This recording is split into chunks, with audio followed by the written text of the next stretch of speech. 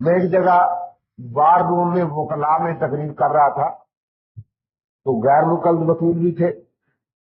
یہ کھڑا ہو گیا، جی امام ابو حنیفہ رحمۃ اللہ علیہ معصوم تھے؟ میں نے کہا نہیں. وہ بیٹھ گیا.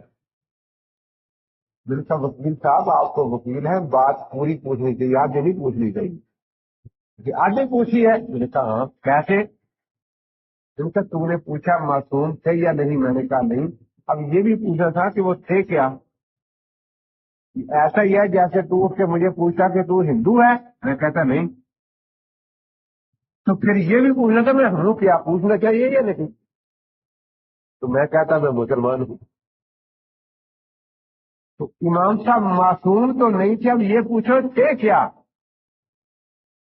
تو کھڑا ہو گیا کہ وہ کیا تھے. میں نے کہا عادل تھے. کیا تھے؟ عادل تھے. اس کو کچھ میرا جواب اچھا نہیں لگا کہ اگر میں عادل کی بات نہ ماننا چاہوں، میں نے کہا کل سے عدالت میں جانا بند کر دو. پھر کل سے عدالت میں جانا بند کر دو. میں نے کہا آپ کو ذرا دیر سے یہ بات یاد آئی، کاش پہلے یاد آ جاتی. کہ کب؟ میں نے کہا جب جناب کا نکاح ہوا تھا. کیونکہ نکاح میں دو گواہ ضروری ہوتے ہیں نا.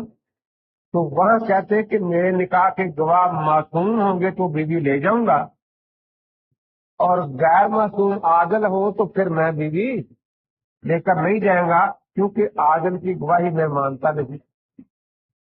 تو میں نے کہا اب کیونکہ آپ کا یہ عقیدہ ہے تو کھڑے ہو کر اعلان کر دیں کہ کیونکہ میرے نکاح کے گواہ نبی نہیں تھے معصوم، اس لیے نہ میری بیوی بیوی ہے نہ میری اولاد اولاد ہے، تاکہ پتہ چل جائے کہ فقہ بعد میں گھر سے نکلے گی، بیوی بچے پہلے چلے جائیں گے.